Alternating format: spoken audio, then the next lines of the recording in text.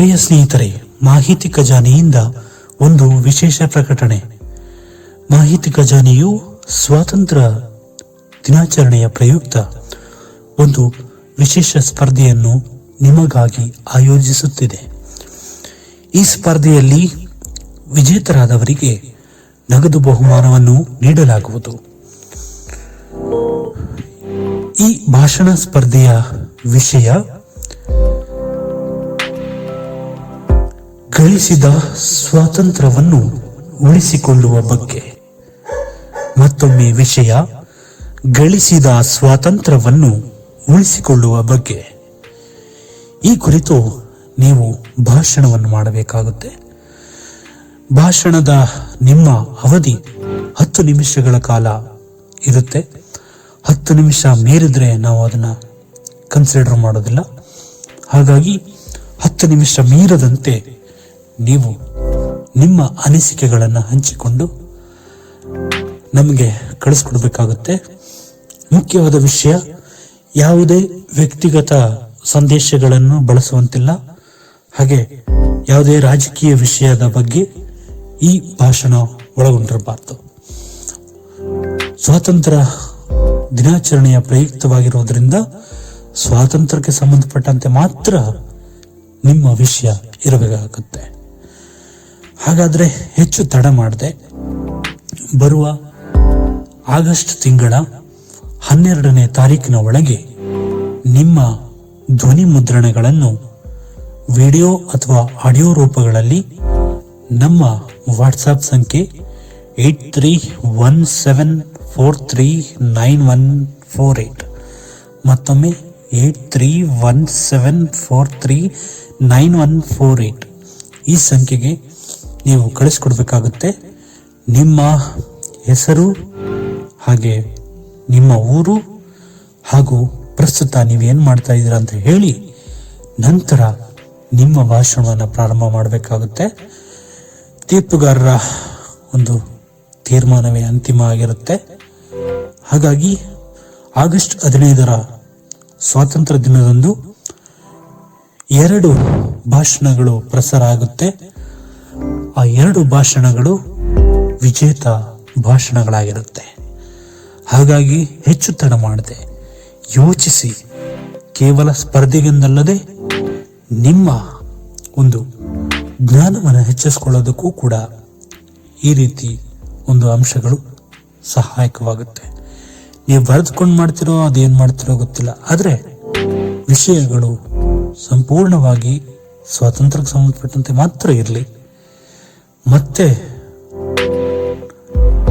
ನಿಮ್ಮ ಸಂದೇಶಗಳು ಬೇಗ ಬೇಗ ನಮ್ಮನ್ನ ತಲುಪಲಿ ಅಂತ ಹೇಳ್ತಾ ಮತ್ತೊಮ್ಮೆ ದೂರವಾಣಿ ಸಂಖ್ಯೆನ ಹೇಳ್ತಾ ಇದ್ದೀನಿ. 8317439148 ಈ ಸಂಖ್ಯೆಗೆ ಬೇಗ ಬರಲಿ. ಎಲ್ರಿಗೂ ಒಳ್ಳೆಯದಾಗಲಿ. ನಮಸ್ಕಾರ.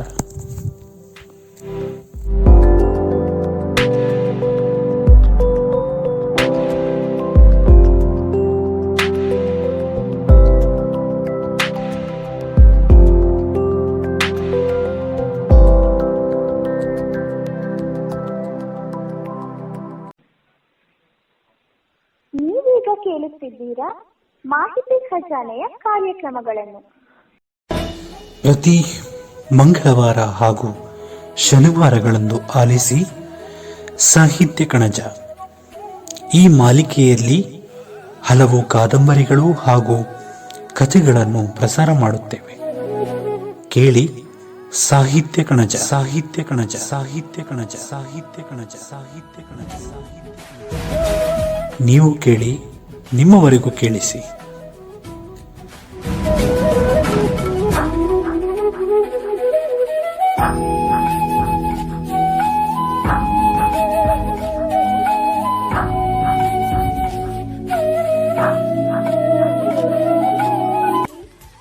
ಬೆಲ್ ಐಕಾನ್ ಅನ್ನು ಕ್ಲಿಕ್ ಮಾಡುವುದರ ಮೂಲಕ ಸಬ್ಸ್ಕ್ರೈಬ್ ಆಗಿ.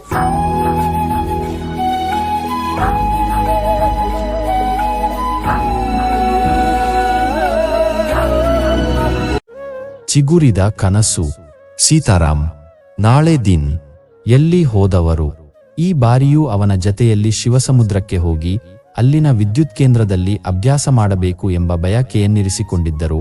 ಈ ತನಕ ಅವರು ಓಡಾಡಿದುದೆಲ್ಲ ಉತ್ತರ ಹಿಂದೂಸ್ತಾನದ ಕೆಲವೊಂದು ಉದ್ಯಮ ಕೇಂದ್ರಗಳಲ್ಲಿ. ಆರಿಸಿದ ಈ ಕೇಂದ್ರವು ಅವನ ಊರಿಗೆ ಸಮೀಪವಾದುದು. ತನ್ನ ಜೀವನ ದಕ್ಷಿಣ ಹಿಂದೂಸ್ತಾನದಲ್ಲಿ ಕಳೆಯಬಹುದು ಎಂಬ ಆಸೆಯಿಂದ ಅವನ ಊರು ದಕ್ಷಿಣ ಕನ್ನಡ ಜಿಲ್ಲೆಯ ಒಂದು ಹಳ್ಳಿ, ಸಹ್ಯಾದ್ರಿಯ ಸೆರಗಿಗೆ ಸಮೀಪವಾಗಿ ಮಲೆನಾಡಿನ ಬೆಟ್ಟಗುಡ್ಡಗಳ ಬೆಡಗನ್ನು, ಬೇನೆ ಬವಣೆಗಳ ಕೊರಗನ್ನು ಅನುಭವಿಸುತ್ತಿರುವ ಮುದ್ರಾಡಿ ಎಂಬ ಹಳ್ಳಿ. ಹೀಗಾಗಿ ಬೆಂಗಳೂರು, ಮೈಸೂರು, ಶಿವಸಮುದ್ರಗಳು ಅವನಿಗೆ ನೆರೆಮನೆ. ತನ್ನ ಗೆಳೆಯ ಶಂಕರ ಊರುಗಳನ್ನು, ತನ್ನ ಊರಾದ ಮುದ್ರಾಡಿಯನ್ನು ನೋಡಬೇಕೆಂಬ ಹಂಬಲವೂ ಸೇರಿತ್ತು. ಶಂಕರ, ಶಿವಸಮುದ್ರದಲ್ಲಿ ನಮ್ಮ ಅಭ್ಯಾಸ ಮುಗಿದ ಮೇಲೆ ನಿನ್ನನ್ನು ನಮ್ಮ ಜಿಲ್ಲೆಗೆ ಕರೆದುಕೊಂಡು ಹೋಗಬೇಕೆಂಬ ಆಸೆ ನನ್ನದು. ಈ 4 ವರ್ಷ ಕಾಲ ಅಣ್ಣ ತಮ್ಮಂದಿರಂತೆ ಕೂಡಿ ಆಡಿ ನಲಿದದ್ದು ನಿಜ. ನಾಳೆ ದಿನ ನೌಕರಿ ದೊರಕಿಸಿಕೊಂಡೆವಾದರೆ ನಾನೇ ನೀನೇ ಕಟ್ಟಿಕೊನೆಯ ಸಹವಾಸದ ಈ ದಿನಗಳನ್ನು ಸವಿನೆನಪಿನಿಂದ ಕಳೆಯಬೇಕೆಂಬುದು ನನ್ನ ಅಪೇಕ್ಷೆ. ಅಲ್ಲದೆ ನೋಡು, ದೆಹಲಿ, ಕಾಶಿಗಳಲ್ಲಿ ಓಡಾಡಿದ ನಿನಗೆ ನನ್ನೂರು ಎಷ್ಟು ಸುಂದರವಾದುದೆಂಬ ಕಲ್ಪನೆಯಾಗದು. ನಮ್ಮ ಮನೆಗೆ 4-8 ಮೈಲು ದೂರದಲ್ಲಿಯ ಪಶ್ಚಿಮ ಘಟ್ಟದ ಗೋಡೆ ಇದೆ. ಅಲ್ಲಿಂದ ಕೆಳಕ್ಕೆ ಧುಮುಕುವ ಬೆಟ್ಟಧರಿಗಳು ಒಂದೆರಡಲ್ಲ. ಕವಿಯ ಪಾಲಿಗೂ ಅದು ಸ್ವರ್ಗ. ಅಷ್ಟೆಲ್ಲ ಏಕೆ, ನಮ್ಮ ಮನೆಗೆ 3 ಹರದಾರಿಯ ಒಳಗಾಗಿ ಸುಂದರವಾದುದೊಂದು ಜಲಪಾತವಿದೆ. ಅಲ್ಲಿಂದ 100 ಮೈಲಿನೊಳಗೆ ನಮ್ಮ ದೇಶದಲ್ಲಿಯೇ ಹೆಸರಾದ ಗೆರಸೊಪ್ಪೆ ಜಲಪಾತವಿದೆ. ಅವನ್ನೆಲ್ಲ ನಿನಗೆ ತೋರಿಸಬೇಕೆಂಬುದು ನನ್ನ ಆಸೆ ಎಂದು ತನ್ನ ಗೆಳೆಯನಿಗೆ ತನ್ನೂರಿನ ಸೌಂದರ್ಯ ಬಣ್ಣಿಸಿದ್ದಾನೆ. ಅವನಲ್ಲಿ ಅದನ್ನು ಕಾಣಬೇಕೆಂಬ ಹಂಬಲ ಮೂಡಿಸಿದ್ದಾನೆ. ಇನ್ನೊಮ್ಮೆ ಸೀತಾರಾಮನ ಹೆಸರಿಗೆ ಅಂಟಿದ ಮುದ್ರಾಡಿ ಎಂಬ ನಾಮಕರಣವು ಶಂಕರನ ಕುತೂಹಲವನ್ನು ಬಲುವಾಗಿ ಕೆರಳಿಸಿತು. ಮುದ್ರಾಡಿ ಎಂಬುದೇನಯ್ಯ ಎಂದು ಕೇಳಿದ್ದಕ್ಕೆ ಅದು ನಮ್ಮ ಹಳ್ಳಿಯ ಹೆಸರು. ಈಗಿನ ಫೆಷನಿನಂತೆ ರಾವ್, ಗೀವ್ ಎಂಬ ಮೇಲು ಹೆಸರುಗಳನ್ನು ಹಾಕಿಕೊಳ್ಳದೆ ಊರಿನ ಹೆಸರು ಹಾಕಿಕೊಂಡಿದ್ದೇನೆ ಎನ್ನುತ್ತ ಸೀತಾರಾಮ ತನ್ನ ಹಳ್ಳಿಯ ಪ್ರಕೃತಿ ಸೌಂದರ್ಯವನ್ನು ಅವನ ಮುಂದೆ ಬಾಯಿ ತುಂಬ ಬಣ್ಣಿಸಿದ. ಮಾತಿಗೆ ಮಾತು ಬಂದು, ಸೀತಾರಾಮನೆಂದ ಅಲ್ಲವೇ ಶಂಕರ್, ನೀನು ಬರಿದೆ ಶಂಕರ್ ಎಂದು ಹಾಕಿಕೊಳ್ಳುತ್ತೀಯಾ? ಮಹಾರಾಷ್ಟ್ರದವನಲ್ಲವೇ ನೀನು? ಮಹಾರಾಷ್ಟ್ರದಲ್ಲಿ ಗೋಖಲೆ, ದಾವಲೆ, ಬಕಲೆ ಎಂಬಂತ ಅಡ್ಡ ಹೆಸರುಗಳಿರುತ್ತವೆ. ನಿನಗೆ ಅಂತ ಬಿರುದೇನಿಲ್ಲವೇ ಎನ್ನುತ್ತಲೇ ಶಂಕರ ನಕ್ಕ.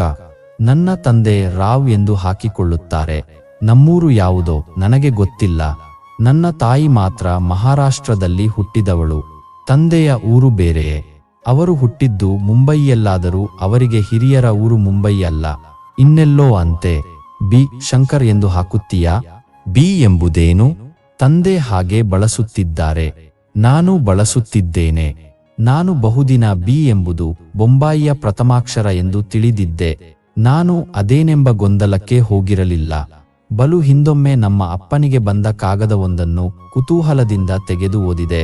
ಆಯಿಠಕಟ್ ಅಡ್ವಾಥ ಎಂದಿತ್ತು. ಅದರಲ್ಲಿ ಯಾರ ಕಾಗದವೋ ಎಂಬ ಅನುಮಾನವಾಯಿತು. ಲಕೋಟೆಯನ್ನು ತೆಗೆದು ನೋಡಿದೆ. ಅದು ತಂದೆಯನ್ನೇ ಉದ್ದೇಶಿಸಿ ಬರೆದದ್ದು. ವಿಳಾಸವು ಸಮನಾಗಿತ್ತು. ಆಗ ತಂದೆಯನ್ನು ಕೇಳಿದೆ, ಈ ಬಂಗಾಡಿ ಎಂಬುದೇನೆಂದು. ಅವರೆಂದರು, ಅವರ ತಂದೆಯೋ ಅಜ್ಜನೋ ಹುಟ್ಟಿ ಬೆಳೆದ ಊರಿನ ಹೆಸರಂತೆ ಅದು. ಅಷ್ಟಕ್ಕೆ ಆ ಸಂಗತಿಯನ್ನು ಮರೆತು ಬಿಟ್ಟೆ. ನಿಜವನ್ನು ಹೇಳುವುದಾದರೆ ನನಗೆ ಬಹುದಿನಗಳಿಂದ ಒಂದು ನೋವು ಬಂದಿದೆ. ಊರೇ ಇಲ್ಲದ ಪರ ದೇಶಿಯಂತಿದ್ದೇನಲ್ಲ ನಾನು. ದೆಹಲಿ ನನ್ನೂರಾಗಬಲ್ಲುದೇ, ಇಲ್ಲವೇ ಕಾಶಿ ಆಗಬಲ್ಲುದೇ, ಮುಂಬಯಿ ಆಗಬಲ್ಲುದೇ ಎಂಬ ಅನುಮಾನ ಉಂಟಾಗುತ್ತದೆ. ನಿನ್ನಲ್ಲಿ ಊರಿನ ಒಂದು ಮೋಹ ಕಾಣುತ್ತೇನೆ, ಅನೇಕರಲ್ಲಿ ಕಾಣುತ್ತೇನೆ.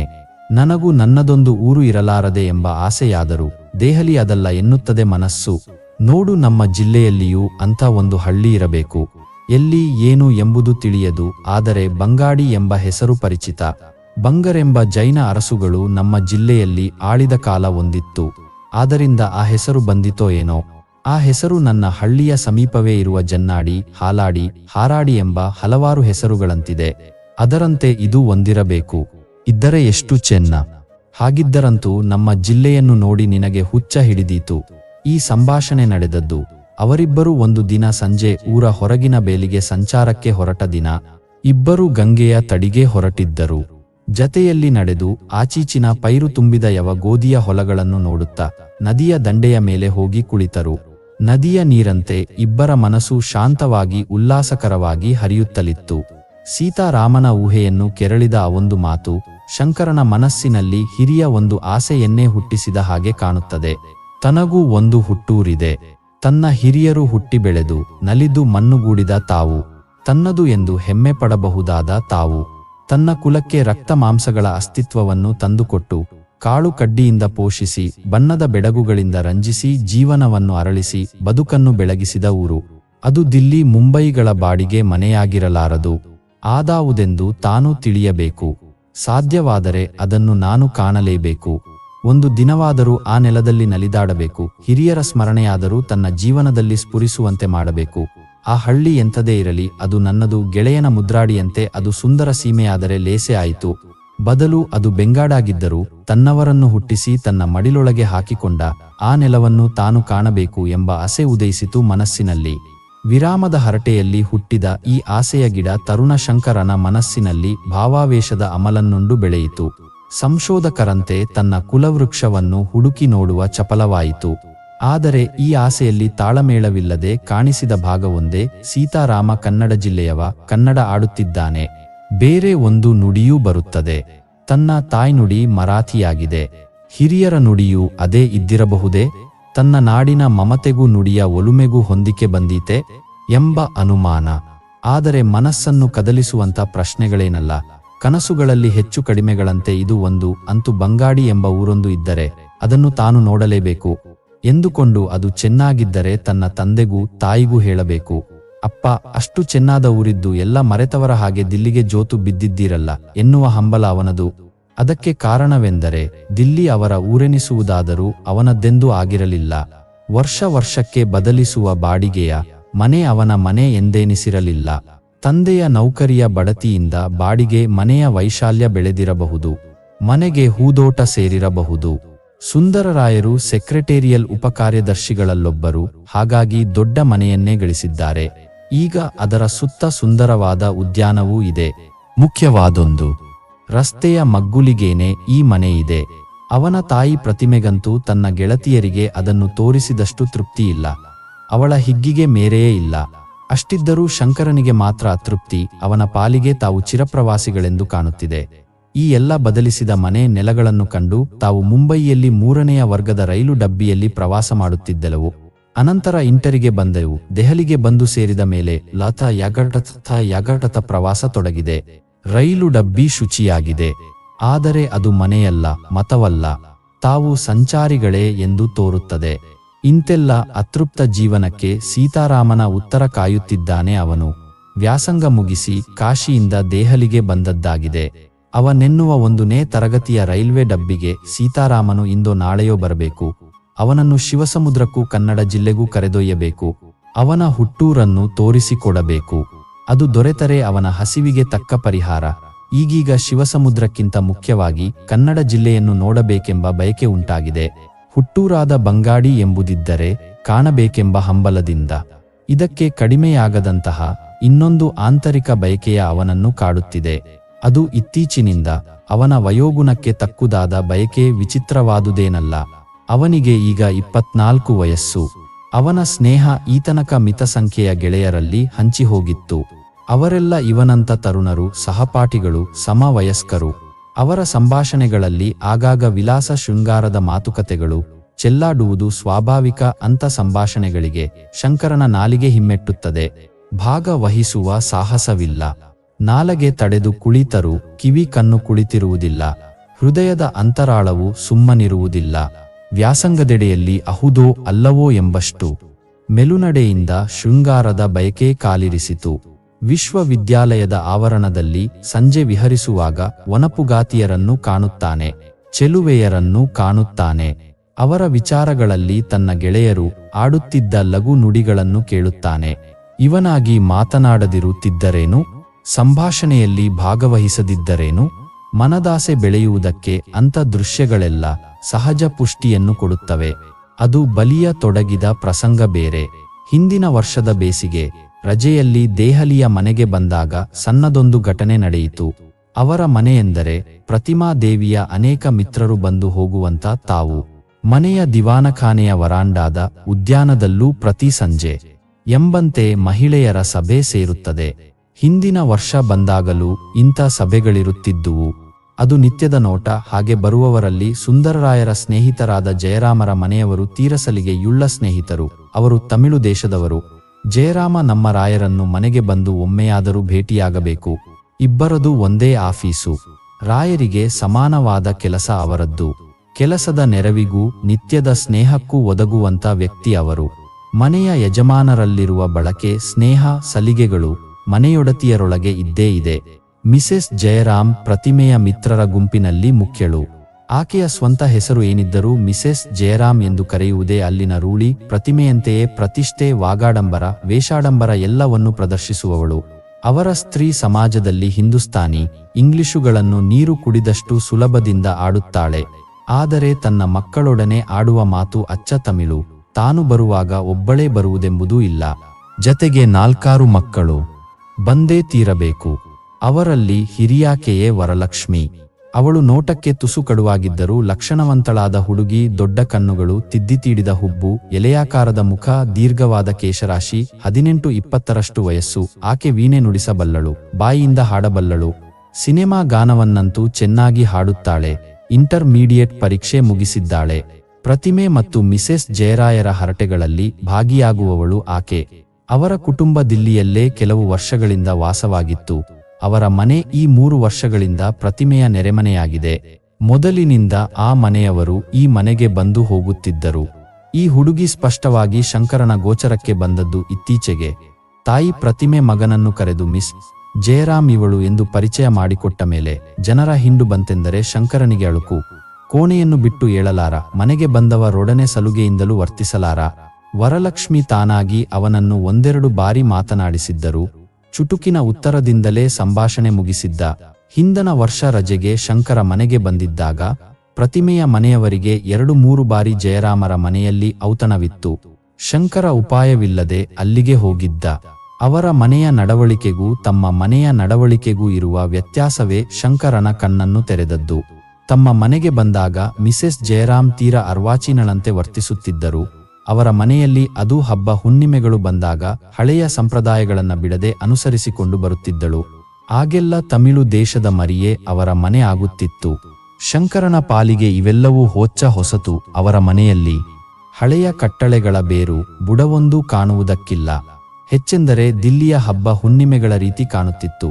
ದಿಲ್ಲಿಗೆ ಹೋದರೆ ದಿಲ್ಲಿಯವರ ಹಾಗೆ ಇರಬೇಕು ಎಂದು ತೋರಿಸುವ ಪ್ರಯತ್ನ ಪ್ರತಿಮೆಯದು. ಅದು ನಂಬಿಕೆಯಿಂದ ಪರಂಪರೆಯಿಂದ ಬೆಳೆದ ಕಟ್ಟಳೆಗಳಲ್ಲವಾದುದರಿಂದ ಉತ್ತರ ಹಿಂದೂಸ್ತಾನದ ಅವರ ಮನೆಯ ಚಾಕರಿ ಆಳುಗಳು ಅನುಸರಿಸುತ್ತಿದ್ದ ಕಟ್ಟುಕಟ್ಟಲೆ ಎಂದರೂ ತಪ್ಪಿಲ್ಲ. ಅವುಗಳಲ್ಲಿ ಶಂಕರನೆಂದು ಮನಸ್ಸು ಹಾಕಿದವನಲ್ಲ. ಅವನಿಗೆ ಜಯರಾಮರ ಮನೆ ಹಾಗೆ ಕಾಣಿಸಲಿಲ್ಲ. ಮನೆಯ ರಂಗವಲ್ಲಿ ತೋರಣ, ಮನೆ ಇರಿಸುವ ಬಗೆ, ಸುಮಂಗಲೆಯರನ್ನು ಸತ್ಕರಿಸುವ ವಿಧಾನ, ಹಬ್ಬ ಹುಣ್ಣಿಮೆಗಳ ಆಚರಣೆ ಎಲ್ಲವೂ ನವೀನವಾಗಿ ಕಾಣಿಸಿದುವು, ಆಕರ್ಷಣೀಯವಾಗಿಯೂ ಕಾಣಿಸಿದುವು. ಅಂಥವುಗಳಲ್ಲಿ ಮಿಸೆಸ್ ಜಯರಾಮ್ ವಹಿಸುತ್ತಿದ್ದ ಆಸಕ್ತಿಗಿಂತ ಹೆಚ್ಚಾಗಿ ವರಲಕ್ಷ್ಮಿಯ ಪಾತ್ರ ಕಾಣಿಸುತ್ತಿತ್ತು. ಆ ಸಂಪ್ರದಾಯಗಳ ಹಿನ್ನೆಲೆಯೊಂದಿಗೆ ವರಲಕ್ಷ್ಮಿ ತೀರ ಚೆಲುವೆಯಾಗಿ ಕಂಡಳು ಅವನ ಪಾಲಿಗೆ. ಈ ವಿಚಾರವೇ ಆಕೆಯ ವಿಷಯದಲ್ಲಿ ಗೌರವವನ್ನುಂಟು ಮಾಡಿದ್ದು. ಈ ಗೌರವದಿಂದ ಬಹುಬಾರಿ ಅವನ ಮನದ ಅಗಸದಲ್ಲಿ ವರಲಕ್ಷ್ಮಿ ಮಿಂಚಿ ಮಾಯವಾಗಿದ್ದಳು. ತಮ್ಮ ಮುಸಾಫಿರ್ ಮನೆಯ ನಡವಳಿಕೆಯನ್ನು ನೆನೆಯುವಾಗಲೆಲ್ಲ ಜಯರಾಮರ ಮನೆಯ ಸಂಪ್ರದಾಯಗಳಿಗೆ ಹೆಚ್ಚಿನ ಚೆಲುವು ಕಾಣುತ್ತಿತ್ತು. ತಮ್ಮ ಕುಲದ ಹಿನ್ನೆಲೆಗೆ, ಹಿರಿಯರ ಜೀವನಕ್ಕೆ ಹೊಂದಿಸಾಗುವ ನಡವಳಿಕೆ, ಶಿಷ್ಟಾಚಾರಗಳನ್ನು ಕಂಡು ನಮ್ಮದೇನೂ ತಳವಿಲ್ಲದ, ಬೇರಿಲ್ಲದ ಸಂಸ್ಕೃತಿ ಎಂದೆನಿಸುತ್ತಿತ್ತು. ಅದೇ ವಿಚಾರವೇ ಈ ಬಾರಿ ಬೇಸಿಗೆಯಲ್ಲಿ ಮನೆಗೆ ಬಂದಾಗ ಇನ್ನಷ್ಟು ಪಕ್ವಗೊಂಡಿತು. ಹಾಗೆ ಪಕ್ವವಾಗಲು 2 ಕಾರಣಗಳು ಸೇರಿದ್ದುವು. ತಾನೊಂದು ಊರನ್ನು ಗಳಿಸಬೇಕೆಂಬ ಹಂಬಲ, ತನ್ನ ಜೀವನಕ್ಕೂ ಹಿಂದಿಗೂ ಒಂದು ಹಿನ್ನೆಲೆ ಇದ್ದರೆ ಎಷ್ಟು ಸೊಗಸು ಎಂಬ ಆಸೆ. ಈ ವೇಳೆಯಲ್ಲಿ ಅವನ ಸಲುವಾಗಿ ಸುಂದರರಾಯರ ಕಡೆಗೆ ಬರುತ್ತಿದ್ದ ಜಾತಕಗಳು, ನಂಟುತನದ ಬೇಡಿಕೆಗಳೋ ಒಂದೆರಡಲ್ಲ. ಶಂಕರನಿಗೂ ಅದು ತಿಳಿಯದ ವಿಷಯವಲ್ಲ. ಬಂದ ನಂಟುತನಗಳು ತಮ್ಮ ಅಂತಸ್ತಿಗೆ ಸಮನಲ್ಲದವು ಎಂದು ತೋಚಿ, ಮುಂದೆ ನೋಡುವ ಹುಡುಗನಿಗೊಂದು ಉದ್ಯೋಗವಾಗಲಿ ಎಂದು ತಂದೆ ಮುಂದೆ ತಳ್ಳಿದರು. ಶಂಕರನ ಮನದಲ್ಲಿ ತಾನೊಂದು ಊರು ಸೇರಿ ಸಂಸಾರ ಮಾಡಿಕೊಂಡು ಇರಬೇಕೆಂಬ ಬಯಕೆ ಮೂಡಿದೆ. ರಜೆಯಲ್ಲಿ ಊರಿಗೆ ಬರುವಾಗ ಆ ಬಯಕೆ ಬಲವಾಗಿ ಬೇರೂರಿತ್ತು. ರಜೆಯ ಪ್ರಾರಂಭವಾಯಿತು, ಜತೆಗೆ ಬೇಸಿಗೆಯೂ ಪ್ರಾರಂಭವಾಯಿತು. ಬಂದ 2-3 ದಿನ ದೆಹಲಿಯಲ್ಲಿ ಬಿರುಗಾಳಿ. ಅದರ ಪರಿಣಾಮ ಆತನಿಗೆ ಪ್ರಾಪ್ತಿಸಿದ ಶೀತ, ನೆಗಡಿ, ತಲೆನೋವು. ಆತ ಮನೆಯೊಳಗೆ 4 ದಿನ ಮಲಗಿರಬೇಕಾದ ಪಾಡು ಬಂದಿತು. ಈ ಅವಕಾಶವೇ ಆಧುನಿಕ ಮಹಿಳೆಯಾದ ವರಲಕ್ಷ್ಮಿಗೆ ಸ್ನೇಹದ ಧೈರ್ಯವನ್ನು ತಂದೊಡ್ಡಿತು. ಆಕೆ ಅವನ ಬಳಿಗೆ ಬಂದು, ಚೆನ್ನಾಗಿತ್ತಲ್ಲವೇ, ತಲೆನೋವೆ ಎಂದು ಮಾತನಾಡಿಸಿ ಹೋಗುತ್ತಾಳೆ. ಆ ಅವಧಿಯ ಉದ್ದಕ್ಕೂ ಆತ ಬೇಸರದಿಂದ ಮಲಗಿರುವುದನ್ನು ಕಂಡು ಸಮೀಪ ಕುರ್ಚಿಯನ್ನೆಳೆದುಕೊಂಡು ಕುಳಿತು ಸಂಭಾಷಿಸುತ್ತಾಳೆ.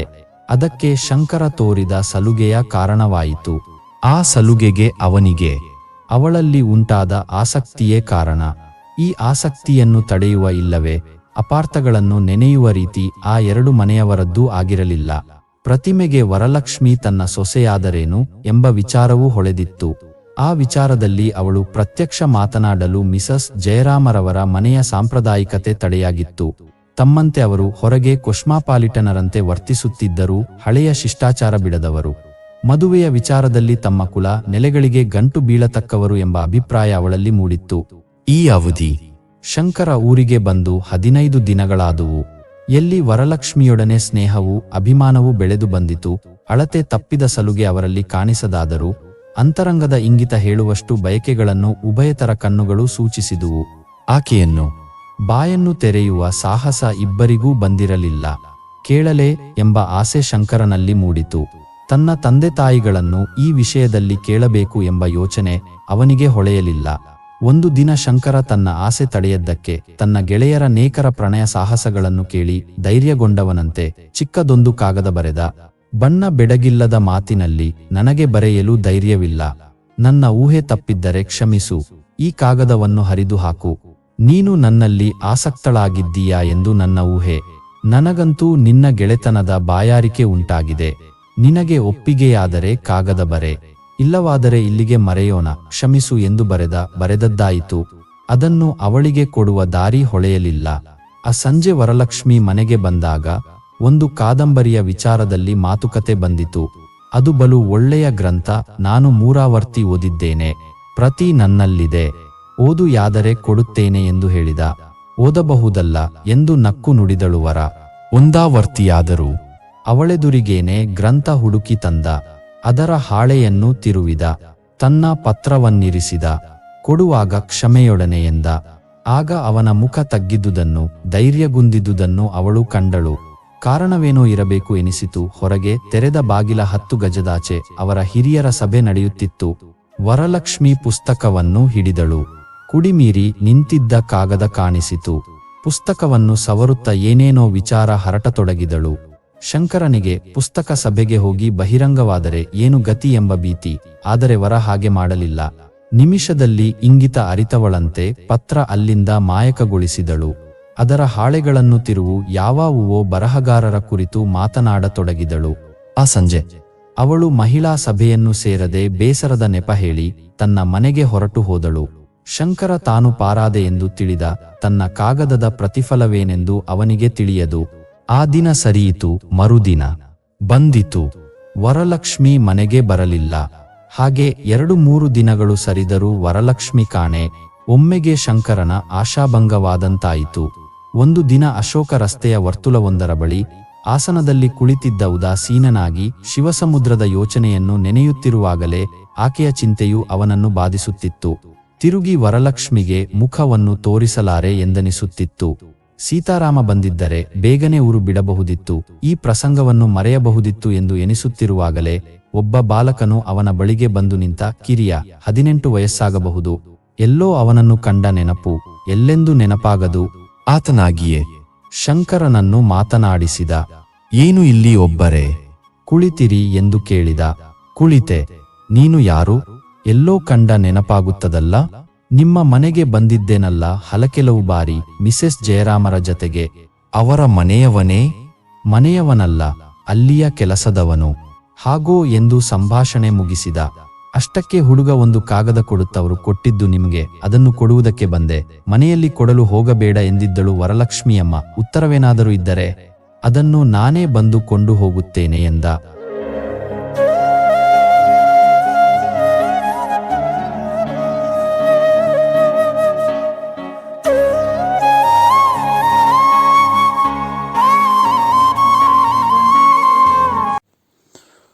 ಮುಂದಿನ ಸಂಚಿಕೆಯಲ್ಲಿ ಮುಂದುವರಿಯುತ್ತದೆ.